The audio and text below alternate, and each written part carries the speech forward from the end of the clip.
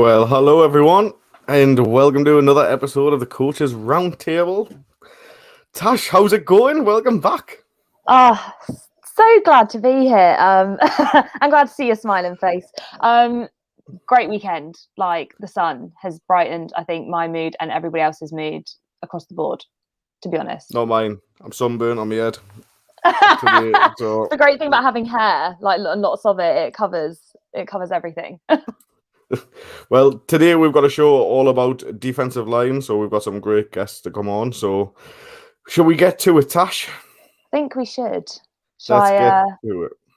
Pick a guest.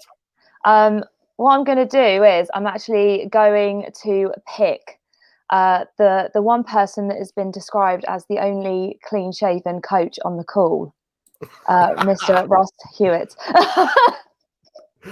Ross, how you doing? How's it going? Clean shaven today as well.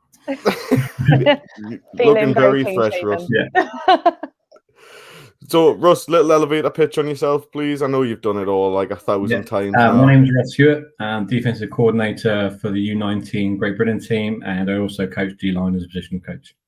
Lucky enough to also coach the NFL Academy as well. So that's my little pitch for myself. Yeah, little plug. We love the plug on you. Yeah. Love it. Yeah. Thanks for joining me, man. Next up, we've got Wayne Hill himself. How's it going, everyone? We all good? Yeah, man. Thanks for joining me. Good. Thanks for getting us on again. Everyone on here should know who you are, let's be honest. But if they don't, little elevator pitch. Yeah, so Wayne Hill, I am the president of BAFCA, so blame me for everything. But I'm also the GB students head coach, and obviously I have a long history in coaching defensive line and also being a defensive coordinator at GB Adult previously. So, yeah, loving the D-line, so looking forward to tonight's talk. You've got to have some love for the D-line, haven't you? Next up, we've got Tom. Tom, welcome to the stream. I didn't know I was privileged enough to be fair. This is exciting. Tom, I just like your beard, mate. I like your beard, so I'm bringing him in. I appreciate it. I think they get slightly better as you're going to bring people in there. So me, I'm U17 defensive coordinator and D-line coach, and then the head coach of York St John Jaguars, and sort of help out defensively with the Humber Warhawks. Thanks for coming on, man. Really appreciate it. Right. Next up, we'll go with Dom. Dom, welcome to the stream. Dom's got himself muted. I'll unmute you, Dom. Don't worry. No, I can't. You've muted yourself. Oh, got it. Hey, guys. There we go. Yeah. Yeah. So GB students, I'm looking after the defensive ends and the outside linebacker sort of hybrid kind of position, depending on obviously what system you're familiar with. The Will Backer, which is kind of a D-end type play in certain situations. So, yeah. Dom, I've got questions on this. Don't delve into all of their different positions now. Are you playing that? I'm joking, mate. Thanks for joining me. Next up, we got Paul. Thanks, Adam. Thanks for inviting us on. I'm Paul Summers. I'm the defensive line coach for GB students and GB adults prior to that as well. Thanks for coming on, man. Next up, I just love saying this name. We've got Stevie G. Wagwan, everyone. Nice to see you all. Hey, man, how's it going? I'll bring something different to beard. I've got two-tone, you see that? Grey hair and a black beard. Which one's real? Yes, I'm one of the defensive line coaches for the GB men's program. My first year doing it. I'm really looking forward to getting to work with the athletes that are going to be coming to us. Oh, I love that, man. I love the two-tone. Get the hat off. I want to see that two-tone again. God, look at there it is. Look at that. Beautiful. Absolutely beautiful. So what we're here for today, guys, obviously we're here to talk defensive line. So we've got a few different things that we want to cover today. But the first thing up that I want to discuss, obviously, is let's go into it as in fact, let's go on to we'll go stance-wise, okay? And let's talk about stances, okay? So different stances for different positions along that D-line. So what does that mean for someone that does not have any idea about a defensive line stance? What is it? We'll go Russ. Oh, Yeah, we've got Russ- Wayne. We've got Wayne. We've No. got Wayne. No, Wayne, you've jumped in now, mate. Go. There was a pause, mate. There was a pause, so I was just going to Yeah. start thinking off. I think it varies, really. I think you can vary stance based on position on the defensive line. Depends on your philosophy, and also depends on the type of defense that you run as well. So probably, I mean, Stevie's definitely going to be more experienced in this with all the work he's done at Tamworth, but that kind of slanting aspect of a defensive line is probably more suited to that 4-point stance a little bit as well. But then whether you are a defensive line coach that wants to go with that 3-point stance and just wants to see players being comfortable and being able to function there, but then also really, are you going to get into the intricacies and do you have the time with those players to really say, well, I want inside hand down and go from there. But I think moving on kind of that hybrid aspect as well from a defensive end, whether we're going to tilt them at all at any point or we're going to have them in a 2-point stance. I think it all comes back down to what your philosophy is as a defensive line coach or as a defensive coordinator, and also kind of how you feel you're going to get the best out of your athletes. Really. So I think that's really the starting point on stance. So I guess I kind of shouted out Stevie G for the 4-point stance side of things. So Stevie, do you want to talk about your stuff with 4-point stance and the reasoning? Yeah, so you know, with Tamworth, you know, when we kind of back a few years ago when we started all the slants and everything, yeah, we went into a 4-point stand. I think it's kind of like a basic good foundation to start off from. You know, we can get rookies, if you're getting guys coming from different teams, you know, because you know when you're slanting, like you know, if you're just going one gap, you're going 2 gaps, if you're taking jab steps and that, you know, if you're in a balanced stance, you can go either direction. You know, if you're getting a different line call, you know, you're slanting to a formation, you know, and the back switches side, and so you need to change the way you're slanting because you're in that nice kind of 4-point stance. It's and it's square. You're able to change direction, go the other way without having to switch your feet up. I think it's a good solid foundation for, you know, like 2 gapping as well. You know, if you're slanting across, because some guys, if they're kind of in a 3-point stance, you know, and they've got one leg quite far back, you know, when they're taking like a stem step or anything, you know, they're not going to be able to work that stunt effectively. But yeah, at Tamworth, you know, we've run that for a good number of years. As well from a 4-point stance, you know, it doesn't tell the offensive line which way you're going.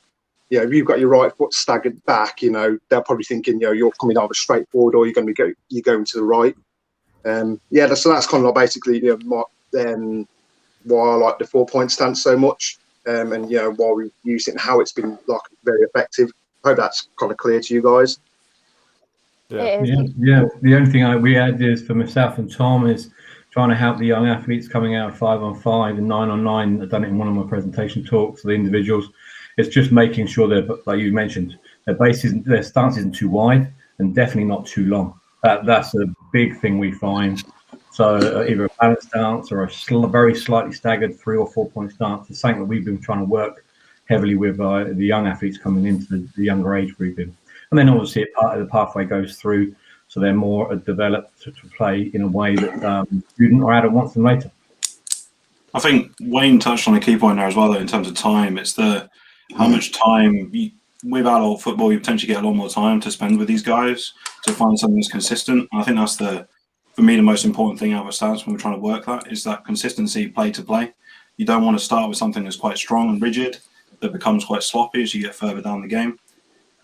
So if you're in a position where you're able to dedicate the time you have got to getting something right, whether that be a 3-point or a 4-point, depending on what your scheme or responsibilities are for a guy, it allows you to be consistent and be effective. It's interesting, Tom, isn't it? I think it's probably, you said we don't get a lot of time with people at GB programs to be going through sort of minutiae stances particularly. Yeah, it's the platform of everything we do, right? It's probably one of the most important things, right? It's probably the thing we do least at a national program level, purely because we probably look for guys. If a guy can't get in a stance at a national program level, they're probably not going to get invited or shouldn't be there, right?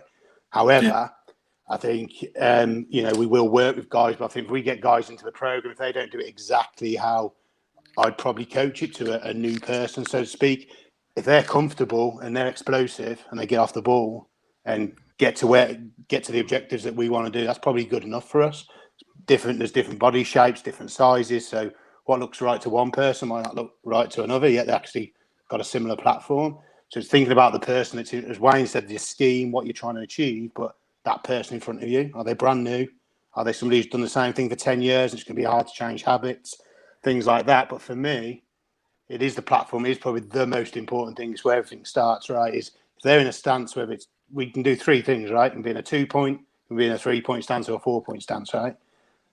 I don't really care which one it is. I mean, we're going to be in 3 or 4 mainly for our scheme for defensive line players. But if they're explosive across the line of scrimmage, that's probably good enough for me initially, and then we can build on that from there. That actually leads quite well into something that I was about to ask as a follow-up. Looking at, obviously, Dom, because you were highlighting that you work kind of with those defensive ends mainly who kind of double up as a different position, is, for me, never played defensive end before, probably won't ever play defensive end, in all honesty. I think you could. So I don't know really much about this position, but will the stance of the player and where that player is positioned, will that affect how they are able to explode out and actually able to break through to either get to that running back or that QB? Yeah, I was going to bring that up because everyone's been talking about 3-point stance and 4-point stance as well. Whereas when we're looking at DNs or basically edge defenders, you can also, a lot of times you'll see people standing up in a 2-point stance as well. And I think there's a couple of different factors that make you decide if a guy is going to be in a 2-point stance or 3-point stance. One of them is obviously going to be the get off. Are they going to be able to get off just as fast out of a 2-point stance as they are out of a 3-point stance and get after the quarterback in a pass situation, for example? But then also, like, the 2-point stance is probably sometimes more useful for the hybrid kind of person, like the hybrid kind of player, like an outside backer, or in like if you're in an even front or something, basically someone who might be able to drop into coverage if they need to. So can you guys hear me all right, by the way? Because I feel like my internet is freezing up a little bit. Yeah, we got you. All good. Yeah, perfect. Yeah? Okay, yeah. So basically, it's mainly about the get off. Sorry, you guys are freezing for me. Sorry. We got you fine. Just keep going. Don't worry. So I guess sometimes I just freeze. But yeah, so basically, what I'm saying is, like, it depends on the person. It depends on the position that they're playing. But if they're able to get off the ball out of a 2-point stance, then they're probably that kind of player that can be that hybrid that might be able to drop back into coverage as well. But other than that, for me, it's like, if you're a true defensive end that is, most likely going to end up playing in a 3-point stance, I would say. So yeah. Perfect. So that's gonna lead me on to someone else that I want to talk about, if possible. So how are you? Let's say, like, can you describe to me the different techniques? Because we hear this a lot, and I know there's a lot of guys out there that don't understand techniques. So can you explain to me? Obviously, on offense, guys they might have a hole numbers, etc. For you guys, what is your defensive line techniques as it is? We'll go. I think across the board, most of us are using the numbering system, and everything stays very similar inside, from center guard through to tackles, and then it's just there are 2 versions of how you would line up on a tight end. So, Coach Wayne, how is the GB students using 7-6-9, or are you staying with inside techniques? We get 7-6-9, push that out to an 8 technique. So it's the old kind of the original Fitz-Schirmer kind of numbering system, which was the first numbering system out there. I think it's the most common. But I think it really, when it comes to techniques, is really, for me, it's players understanding what the difference is between playing heads up or playing as a shade, and what that shade should look like. And it seems really quite strange to talk about this now, but is that quite a heavy shade, or are we quite light on that? So for me, kind of where we're looking at it is I want my kind of nose in the outside via the neck or on the inside via the neck of that kind of defender, and that will kind of determine our shade. But if we want that to be a little bit more in the gap, we can move that out a little bit, and we'll be kind of on the outside shoulder pad with that shade. So I think technique wise, we'll start with that numbering system, but dependent on what we're doing will depend on whether we want kind of a regular shade, or we'll say you're going to be light on this or heavy on this, depending if we're stemming to a certain extent and not giving things away a little bit. So I think from that, the linking technique to stance, the thing for me in stance is that we need them to come out of that stance and maintain a base, and maintain a base when they are slanting, or maintaining a base when they are plated up on the offensive lineman, because from that base needs to be consistent so they can move in all directions. So I think stance, maintaining a good base, and then whatever technique you're going to deploy in the sense of being heads up or in a shade, then that kind of works in as the next starting point of actually what skills you are going to employ. So just throwing this out there for like, just as like a new guy getting into coaching, doesn't understand like what technique and sell. So when you're talking about techniques, you're talking about where they're lining up opposite to that offensive line. Is that correct? Yeah. That's correct. Yeah, and we use it, and the generic way is using a numbering system. So if you head up on the center, you start with a 0. And if you head up on the guards, you're a 2, and if your head's up on the tackle, it's a 4. So it's an even number across lining up. When you line up on an outside shade, they use an odd number. So as you start moving away from the exact center, the exact nose to the center, you're going into a 1 technique. Or the guards, instead of a 2, you're going to a 3 now. So on the tackles, instead of a 4, you're going to a 6. And then the generic ways of using it is a 4-eye or a 2-eye, where you come inside. So it's 2-eye for inside. So that's the best I can do describing it without showing the image. All our playbooks, all our teaching is shown with a picture of the offensive line, and then shows the alignment of the shade. And that helps in the playbook analogy when they have the circle of the O-line on the square of the center, where they actually color in part of the alignment so they can see what shade they're in. So that's how we number it, and I believe that's similar for into students and into adult football, GB program. So I know, Stevie, you were mentioning like all your guys are in like a 4-point stance. Is that right? Yeah. Does that affect what position they're going to line up, or is that you saying they can line up anywhere along those numbering systems, or anywhere in any of those techniques? Particularly, it was like, it came from like line up and head up shade, so a 0 center or technique over the tackles. But if you're lining up in a 3 technique, so an outside shade in the guard, you've got a slant. Yeah, all the previous plays you've been just shooting that B gap, but then the next play you got to go to the opposite A gap. If you were kind of if you're in that 4-point stance all the time, you're able to kind of like take that step left without kind of letting the offensive lineman know that you're going to be going that way, if you get me. Yeah. So, I think it's always good, to be in that kind of 4-point stance. Sometimes you can cheat your feet a little bit. Just like, you might have like a heel to toe relationship, but you don't want to kind of give away too much. But also, it depends, what scheme you're running as well. What alignment your coaches want to have. So if you're in a forefront and you've got your pass rush ends, you're going to be a 5 technique, and then you're going to be kind of like stood up because you want to be getting speed coming off that edge. Predominantly like with the 4-point, that was always for kind of like head up.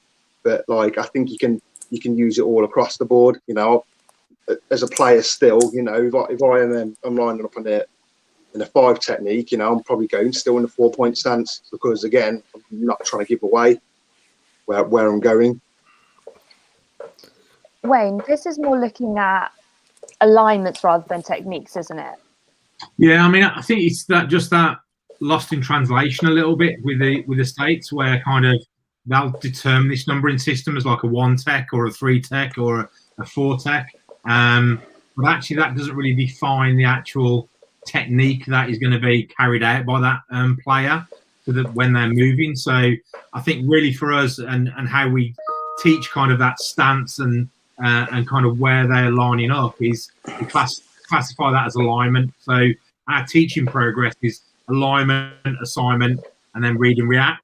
So this alignment aspect is, yes, the terminology from the US is 1 tech, 5 tech, but actually for us, really, we need to make sure we redefine the technique element as actually it's the hand placement, breastplate, it's going to be the rip technique, it's going to be the kind of what I determine as the throat technique or the long arm. So I think just that loss in translation between US and the UK, and we just need to make sure that we redefine that for coaches, that they understand the difference between, I guess, tech, alignment, and technique.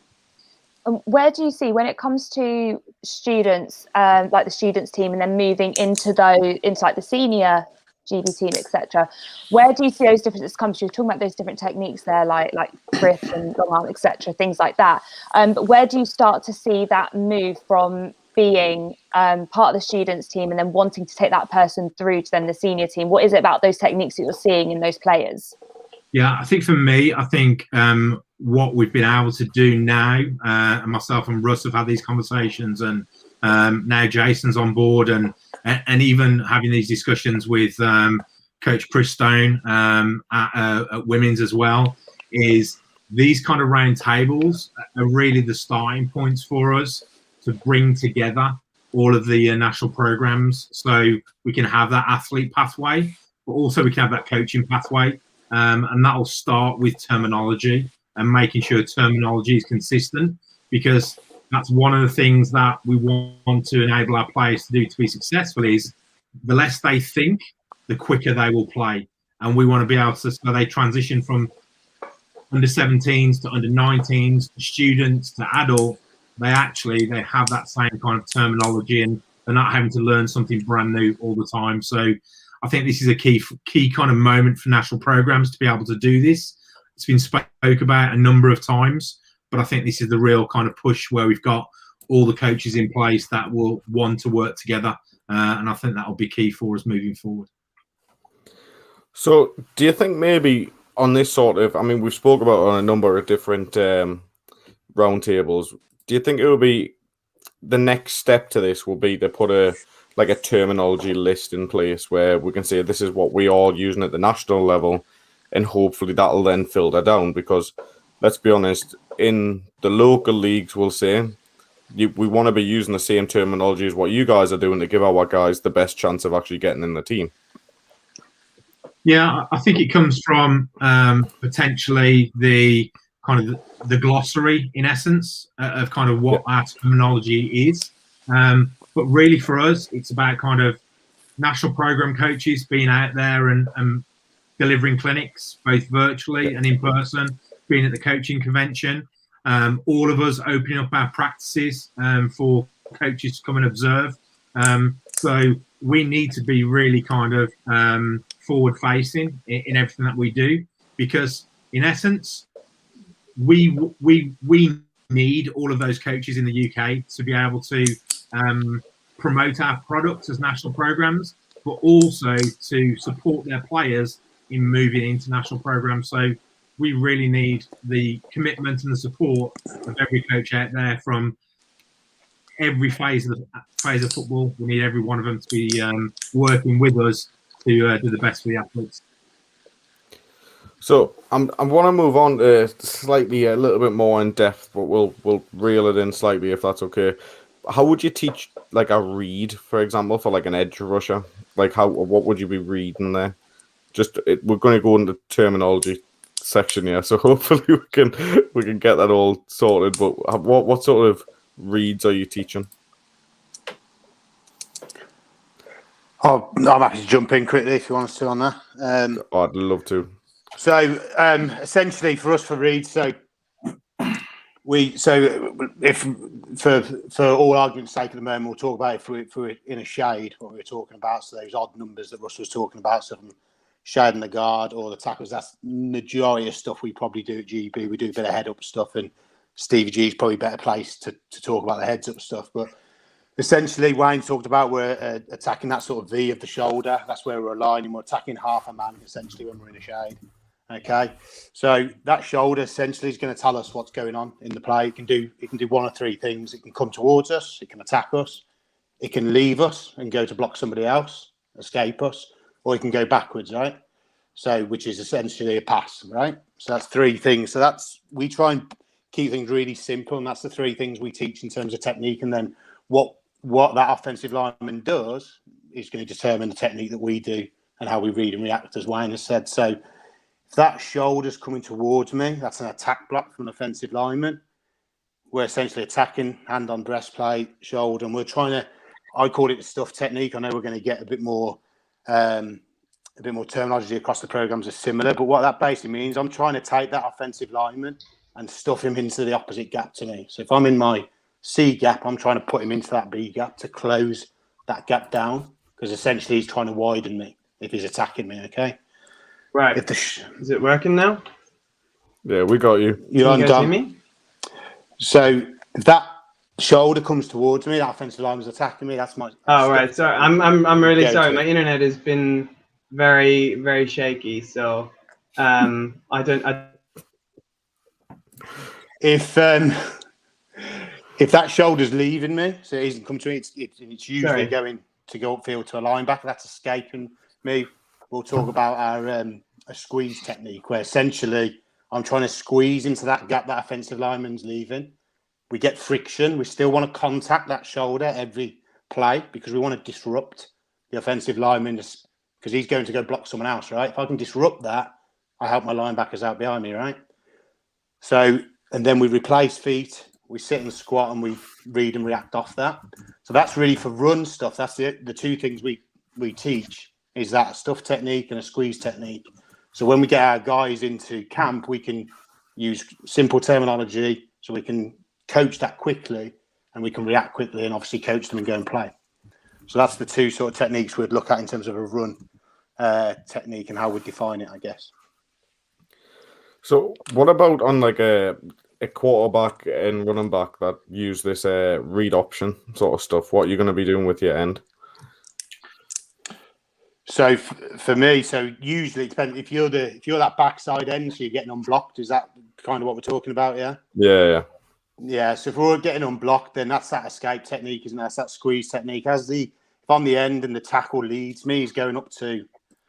If he's going up to the next level, I want to get friction on him, as we call it. I want to disrupt him, and I'll replace his feet, and we'll sit and squat. Is what we call it, sit and squat technique. So we get low. What the last thing we want to do is get upfield, which is what people tend to do. If we don't get blocked, we get left. Players tend to go upfield, and all you do is create natural running lanes for the offense, or you make it easier to get countered or trapped or whatever it is. So we replace that offensive line's feet, and our eyes go straight into what we call the mesh point. Now, the mesh point is essentially a 3-yard box behind the centre's backside that the ball has to go through, whether it's snapped and the quarterback's taking it, whether it's in shotgun. The ball goes through there, so our eyes will go to that point, and then we can define what the play is going to be from there. And if is that zone read away from me, our eyes essentially go to where that handoff's taking place. And then if we're absolutely 100% sure the running backs took the ball, we then pursue down the line of scrimmage. We don't go upfield. You just take yourself out of the play, right? We go down the line of scrimmage and try and attack it from the backside. However, if the quarterback keeps the ball for the keeper, we're in a good place then because we're on the line of scrimmage. We're looking straight at the quarterback. If he tries to keep the handoff and come outside, we then take a 45-degree angle upfield to meet the quarterback if he was to keep it. Yeah, if I jump in at the end there, I think the key element to that is about replacing the feet is about the friction on the tackle. We want to really get that hand onto the tackle's hip to really affect that block to the second level. Because if we can affect that center of gravity of that tackle, that allows us to squeeze down so we're not creating a natural gap. for the bend play that will be there as well. But then also that allows our linebackers to actually be protected somewhat as well. And I think the other key point to what Paul said was when we do get that that zone read coming back the other way, we don't want to get too much upfield. It is going to be a 45 or even a 90-degree angle release there, because for us, really, we're never going to be as athletic as that running quarterback. Like if that quarterback is pulling that, they're an athlete. So we need to make sure that we're a 45 or a 90-degree release flat down the line of scrimmage to be able to contain them and send them back into pursuit. That's key for us there. Perfect. So, sorry, ideally, you can jump in straight away after this, but ideally, what the offense is trying to get used to do on that situation is to getting that guy that's unblocked just to come firing down, isn't it? That's like a win for the offense. But if you're just sitting and replacing where that tackle is, you can't do that. Is that correct? Yeah. I mean, your scheme. Sorry, Wayne, carry on. It just depends on your scheme a little bit as well. And I think one of the things there is that if I'm seeing a lot of zone read or a lot of kind of the bend play, I might just tell my defensive end to crash down, and then we'll get the Michael linebacker to replace that and be our zone read player. So I think it depends on your scheme and game plan on how you want to do that, because I think being able to change that up during the game is really important as well. And that's the same with option responsibilities. Being able to change those option responsibilities up during the game, that's really important, because that QB thinks the defensive end's always going with the running back, but then in that second series, third series, next thing you know, that defensive end's coming down on the QB. So I think, it depends what scheme you want to run there a little bit as well. Sorry, Russ, to jump in. No, I was just going to say, I was just going to confirm it's about the level. It's not going too deep into the backfield. It's not penetrating too far and creating a level, and that's trying to squeeze down. So that's really the point, Adam, with that. It's just trying to make sure we stay tighter and don't keep the creases that Paul was mentioning earlier. And what you got to remember is it might not always be zone read, right? That tackle might lead us. That might be a pulling guard. It might be a fullback. It might be a tight end. It might be somebody coming back the other way to try and knock our head off, right? So if we're just getting straight upfield, that's an absolute dream for an offensive guard, right? Just to come and ear roll us. So if we get tight on that line of scrummage, that makes that angle for that guard, if it is something else coming at us, that makes it really difficult for them to come and obviously give us that kick out block that they're trying to do. So it's not always going to be that zone read. A lot of the time it's going to be, and we know that through preparation from scouting teams, right? But it could be other things happening as well as the zone read. So that's why we need smart players that can pick and learn these things up quickly as well, and certainly in the GB programs. So I think as well. Oh, sorry, Stevie G, you go. It's that, the explanation of the sit and squeeze. And I think it's important for players to know their role and do their job. So, if you've got an offense that keeps zone reading all the time, you're that backside end and you're sitting and squeezing, they may not, some players might feel they're not getting in now, but they're not doing a good job. But at the end of the day, they're stopping that QB from taking the ball up. And when we're coaching guys, you dare the QB to keep it, dare him to kind of run it, because then when he's got the ball in his hand, it's an opportunity to get it out. But so what I was kind of trying to say is if any players listen, that if that's your role and you're doing that job to maintain that backside, you're doing your job and you're doing a good job. At the same time as when you see that ball get handed off and you're pretty sure, go after that running back, be relentless, be ruthless and chasing them down, So that's what I want to add on to that. No, that's what we're here to talk about. We're here to literally try and get everybody understanding a little bit more about the D-line. So no, perfect. We're going to move on to stunts. Firstly, as somebody, if you're talking to somebody who doesn't understand what the D-line does, what do you mean by stunts? So the real basic of it is super dumbed down, as it were, is effectively exchanging a gap responsibility between two people. So when that ball sets off, my gap could be it could have been going left all day. It could be that I'm now stepping right and somebody's looping off my back to come into that gap. Reasons for doing so is you're effectively changing the offensive line's blocking responsibilities at that exact moment of the snap, which offensive linemen don't like at all. Tom, what stunt specifically do you use? Just my team plays you this season, so I'd love to know. You can tell you all the TV ones. You can tell you all the TV ones and go from there. So you can work out what you... I like moving people about. That's the point. It keeps it interesting. I know Russ is a big advocate for sort of doing it on really obvious passing downs. And I think the reality is that's when it's safe to do so. It's opportunities to try and disrupt, sort of particularly big on big blocking in that sort of situation. It disrupts offensive linemen, particularly at the levels that you're getting over here. The opportunity to send somebody off the back of somebody else and have an offensive lineman have to make a snap decision about which guy of the two he's going with, whether he's going with the guy that's coming across his face or the guy that's coming off the backside of him, is you can be incredibly efficient with it and disrupt a lot of quarterbacks' days. The way it is, Tash is stunts and blitz is pretty much all we've got on defense, right? Is in offense. Offense they hold all the cards, right? They know where the play is going. They know what the snap count is. They know who they're meant to be blocking. They know all that, right? And we don't know any. They should win every down, right? And the fact that they win hardly any when we do stuff shows a testament to what we do, right? So what do we have to try and even that up a little bit? Is stunts and blitzes, right? That we're not getting the same place every time, yeah. I'm putting this out there. I'm voting Poole for Prime Minister. Mate, look at him. Offense have it all, right? You know, and the thing is as well, when you go to play Germany, go to play Austria, whatever as well. The offensive line guys, they're going to be bigger, they're going to be stronger, they're definitely going to be uglier, right, than we are, yeah. So we even that play field off by playing fast, having good speed, having good technique, and then having stunts and blitzes and things, because we need to. That guy opposite me, we need to make him think, you know what, my head's Friday, I don't know what's going on, right? And at that point, when you get that, and you literally, that when you see it, and Wayne and defensive coordinators and the corner players will certainly see it, and they see an offensive tackle just stand up out the stance and don't block anyone because they just got no idea what's going on. That's when we know we've won and we're there, right? So that's kind of the stunts, blitzes, all that sort of stuff we can do up front. That's what evens the player field up a little bit for us with all the stuff that all the aces that the offensive line holding. I've got to pull up a question. Sorry, Tash, I've got to pull up this question. Oh no, is there a question? John Wise will kick off with me if I don't pull his question up. So I'm pulling it up.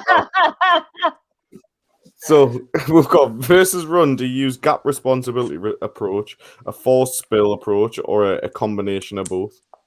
So I'll give that out there to anyone that wants to answer it. I mean, I'm looking at Tom. If I'm honest, mate, I'd love to know your thoughts on that. Combination of both. The reality is we're trying to, particularly with the junior stuff, it's we've not got a huge amount of size. It's kids developing still. So you can't play these big sort of gap stuffing, gap control sort of defenses. It's very much about trying to get as much penetration and pressure as quickly as possible. Subsequently, you're looking to try and sort of create these umbrellas, like the force spill umbrellas that you get, where you're effectively trying to channel running backs down the edge of the umbrella so you're in a situation where you can make a tackle effectively. But you don't want to be giving up gaps. You still need to have a strong run fit for that and account for each gap. And I think that's important, particularly when we're teaching the U17s, U19s, is having them start to develop that understanding of what is like sound defense and why we're doing certain things, so that we're allowing run fits to happen in certain ways. But it's definitely a combination of both. It's not about sort of being a big gap control team, but you can control a gap by violently penetrating through it and being in a position where you're able to make a play in the backfield. A big part to elaborate on that, when you end up with allocating a player like an end force or spill responsibilities, you have to be in the correct coverage behind, especially in 11-man football now, and that adds to the knowledge level of these players. You can't be jumping inside, forcing a spill. You have to make sure you're in the correct coverage or correct alignment of formations, just to make sure that there's a situation there's someone to spill to. Spilling is bouncing everything outside into a cover 2 corner or a defender that's down, or you're looking to force everything inside. So that's the 2 elements. You have to make sure that's all aligned in your play calling and your teaching. Just trying to link this kind of together a little bit with kind of gaps, force and spill, talking about stunts previously, and then also about kind of stances and alignments earlier. The aspect is that we're going to, even if we're in stunts and we're kind of slanting one way or the other, all of our defensive line are probably going to have some form of gap responsibility. But those offensive line on a rundown are not always going to be going the same way. So that gap could either go away from you or come towards you. So one of the biggest things that we need to work on with our defensive line is actually being able to read on the run, because their gap is not going to be right next to them all the time. It is going to go away from them, but they're going to need to have that ability to get that technique and get into that gap, because being gap sound is vitally important. What we don't want to do is that offensive lineman overtakes us and our gap is just gone away from us completely and we've got a hole in our defense. So I think that's where kind of alignment, assignment, when you are working stunts, you've got to work them against different run game as well, because you've got to be in a situation where you understand where your gap is and where your gap will be during the play. That's important. So we've had a comment come in. It's from James here, and I want to throw this guys the youth and junior coaches out there.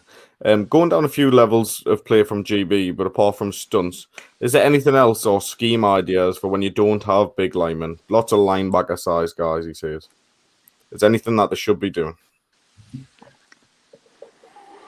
I think sorry. I was going to say, yeah, go ahead. And that actually plays.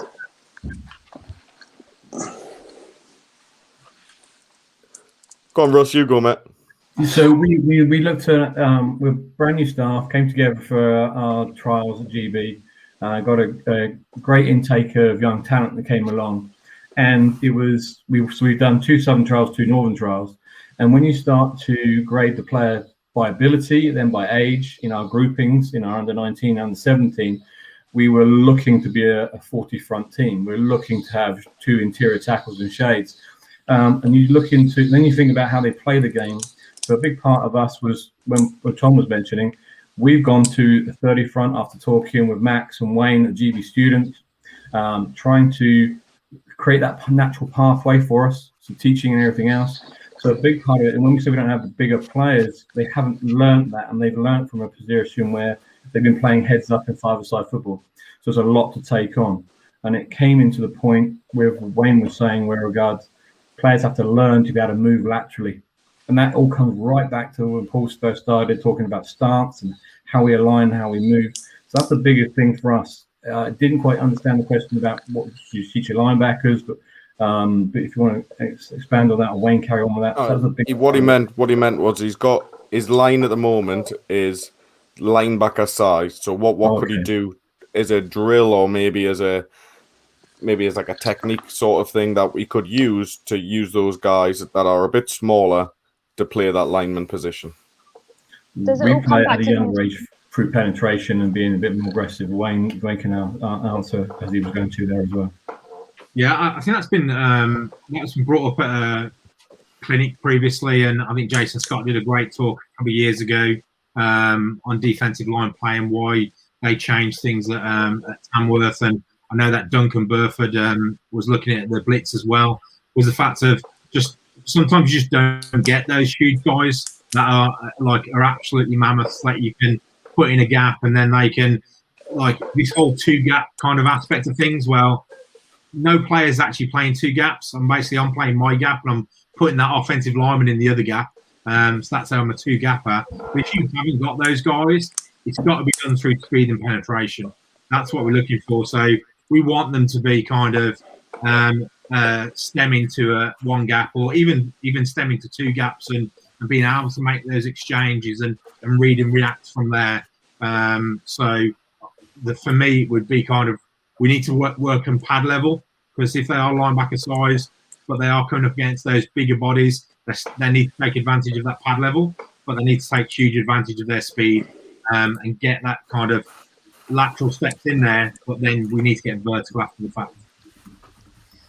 When you're looking at your player personnel, we'll start off with students, the student level first. But what are you looking for in that ideal edge player versus that ideal inside player? I think it's a mix depending on the position, really, because we've got kind of 4 different positions. We normally play an underfront, so we'll have a 5 technique, which will be a kind of a true and typical defensive end.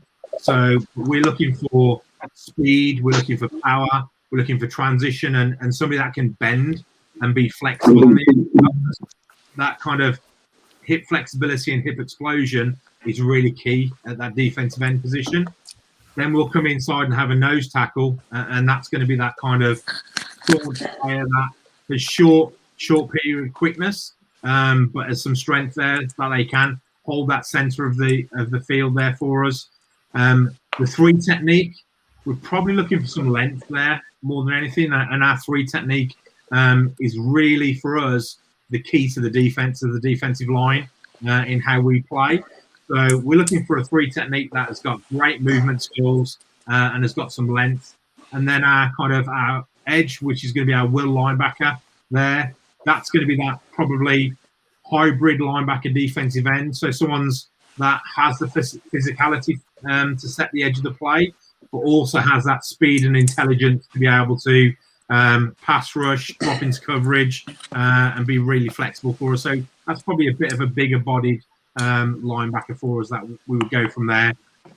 That'll vary somewhat when we look at when we play a 3-man line and what we're looking for, but I think really every position on that defense has some nuances, but also we completely understand that actually it's also about the type of players that we get in. So we might not have a stereotypical defensive end, but actually we'll play with them 2 will linebackers on either side, and we did that at kind of at North-South All-Star game at the universities. We didn't really have a linebacker, so we ended up playing a safety there. So it's about getting the best 11 on the field within the scheme as well.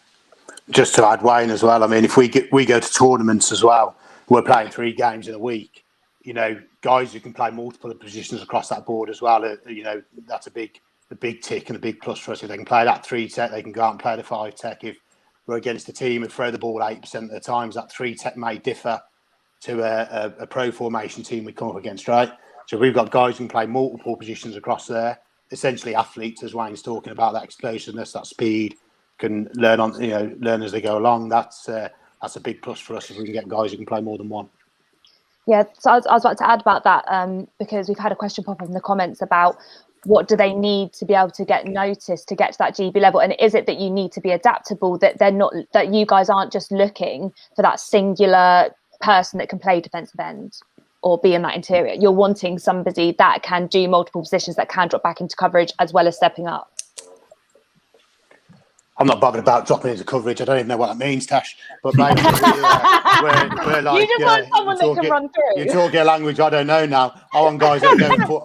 We want ferocious, angry. We want Stevie G. If I had 7 Stevie G walking, looking like that, looking as angry and as homeless and beat up as that, then we'd take those guys. Right? They're hungry, angry guys, right?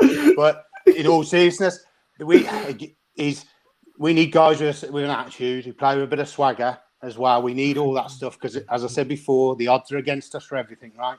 So the physical attributes are obvious. We need strong guys. We need guys that are fast. But we need guys with a certain attitude that can take on critique, are coachable, can take on feedback, can learn quickly. Okay, but have you've got to have a certain sadistic view of life to be a defensive lineman, right? And for the reason I've said before, you've got a guy right in front of you trying to take your head off. They know what they're doing. You don't, right? You've got to have a certain attitude. We want guys who go into casinos and just go straight to the roulette table and throw it all on green, naught green, because they don't care. They're backing themselves, right? Amongst all the adversity, they back themselves. They're going to win every single down. So that attitude is, of course, they've got to be a certain athlete, right, with certain things, depending on what we're looking for. But that attitude is it's a cliche. So we want people with a positive attitude, but that's a massive thing that we. I am that we look at. 110% starting a campaign for you to be Prime Minister, mate. Just go in, put it all on green, get it done.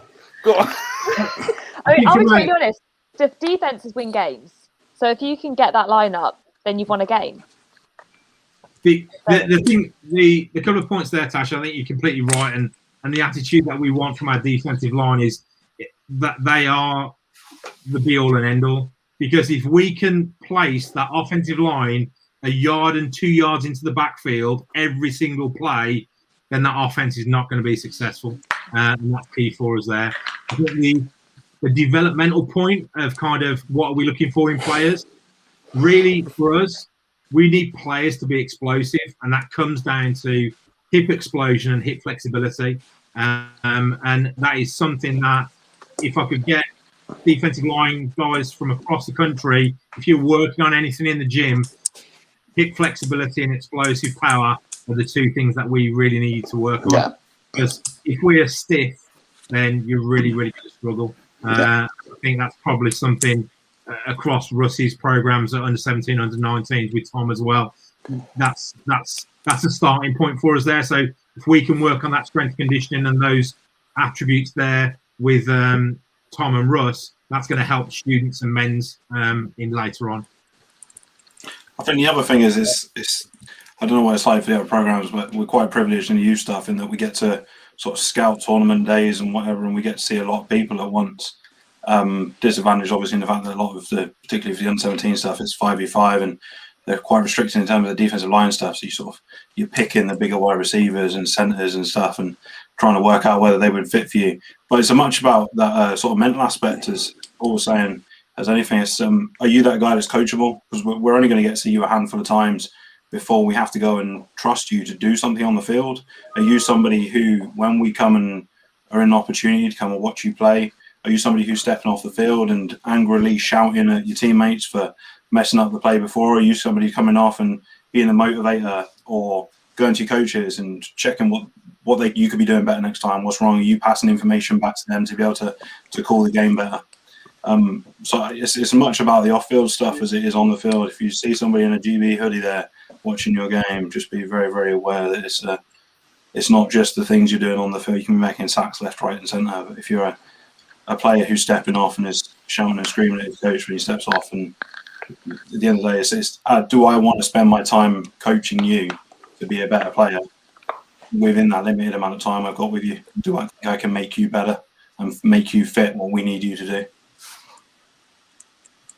I think coming from my perspective of it, when I look at guys, and moving forward with the men's program, knowing the role and doing the job, we want guys to execute what they've been asked to do, not freelancing, trying to make the flash play. If you've got to take three guys off, the offensive linemen, they're all paying attention to you, and then the defensive and linebacker are making a play in the backfield, amazing, because they're so focused on you, and you're being selfless and taking the opposition off. You've got your team succeeding.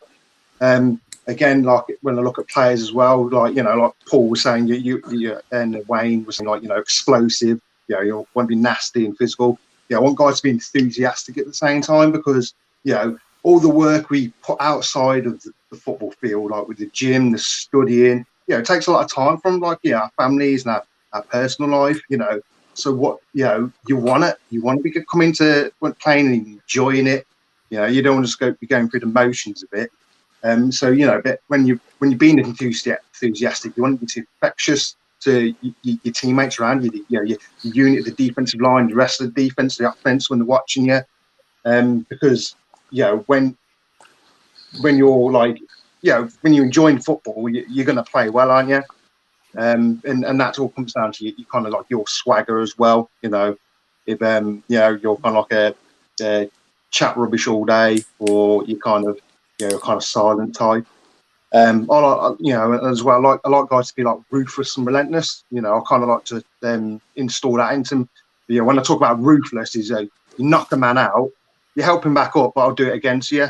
I'm here all day. And relentless, you're the backside end of that zone read, or the receivers caught the ball downfield. Yeah, I'm being relentless. Like, I'm not stopping till I got you. Having that kind of mental attitude. So there's kind of, for me, there's a few things I look for, and they're just some of them. So just as somebody that's been flattened by a defensive line person, I can say that they help you back up, but then they carry on doing it. So I get that, and that makes the perfect kind of defensive line person. So Stevie's changed. I've never seen him help anyone up.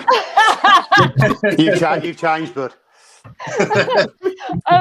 So during a game, when you're looking at the snaps, how do you balance the number of snaps within a game with your players as coaches? We're building towards structuring for Great Britain and going to a tournament, and all of us here will be trying to develop a squad of 100 to 75 players across our age groups, but then we're looking at getting to a 45 player travel squad.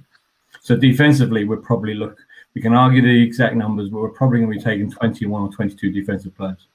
So they've really got to be useful to us. They've really got to have a high motor. You can't be carrying people. And then it comes to the universal thing. So probably 6 to 7 defensive linemen will be on a travel squad, depending on how we number things up. So then they have to be, so you have to build units. And you have to build strength and ability, so there's not too much from top to bottom, so we can rotate them. If we have a player that can only play first and second down because of their ability, then that's perfectly fine. But I would be aiming towards someone that had the high motor work. Everyone was already spoken about. Steve was just going into that, and Paul was mentioning it with regard to what they can do for you. But they have to be usable, because we've got games in multiple days, and we only probably carry 7 players. So, and that's probably where club football is. They probably only got 1 or 2 deep in each position. So it's about using them to their ability and moving from there. But one of the other guys want to jump on that too. But that's a big part of what we have to think about when we recruit players.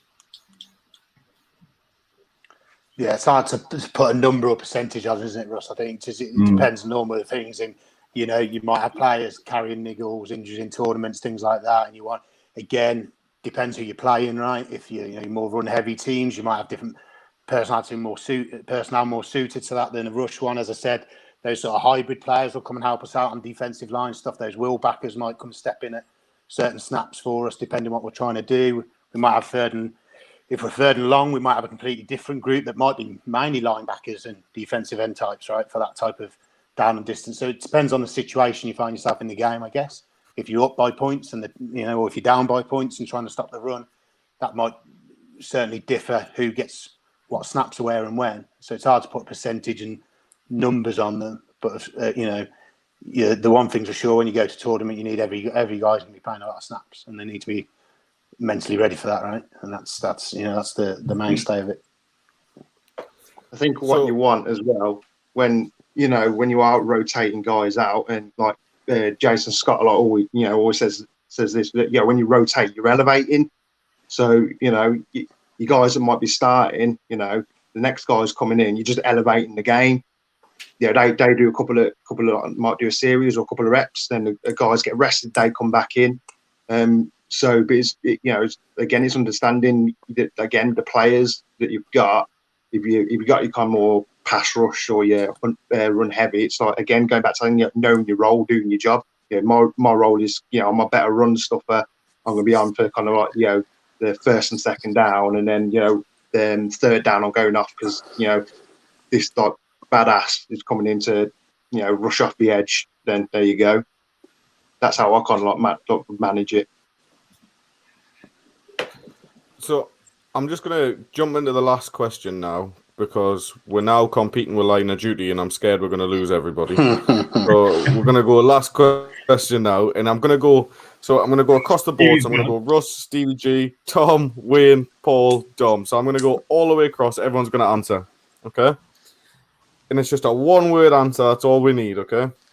So what is more important, footwork or hand speed? Russ, it's for you first. For me, it'll be footwork. Footwork. Stevie? Coach the rest up. Both. I can't just. You got to pick one. Don't cheat my game. This is my game. I made Your it. hands Right? and your feet work together, man. Your hands and your feet. You could be doing a double swipe and you don't move your feet, then it ain't working, is it? You know? Listen, this is my point. You're all going to pick different ones, and at the end, I'm going to say, well, that's what you've got to learn, everyone. You've got to learn them both. But you've ruined the game now, Stevie G. You've ruined it. You've ruined it. Right, we're stopping this now. We're going to record it again. We've had enough. We're stopping now. Hey, Stevie G, we'll edit this bit. We'll edit it. Right, Stevie G, pick one. Let's go feet. There we go. See, he's picked feet, everyone. Right, well done. We've edited this, right? Tom, you pick one. Footwork. Wayne. Footwork. Paul. Footwork. Dub. So I'm gonna just give you the hands so you can do your joke. Yeah. Someone had to. Someone had See, to. everyone. What you need to do is practice them both, right? We've edited this. No one's seen, right? It's all good. And It's Dom live, isn't definitely it? got hands. Yeah. But this is where Steve can get his point in to say hands and feet work together. Yeah, they do. Yeah. I mean, I didn't know you could do both. My mind's blown now. No. No, but honestly, thanks very much for this today, guys. Really appreciate it. I'm sure everyone that's watching has at least learned something that we can all take away. So I really appreciate you all coming on. Thanks very much. Cheers, Adam. Cheers, Thanks for Patrick. having us, Adam. Cheers. Being on this, we appreciate it. Cheers, guys. And if you're going to watch Line of Duty, sorry you're a few minutes late. Thanks, guys. Cheers, guys. Ta-da. Cheers, guys. Thank you.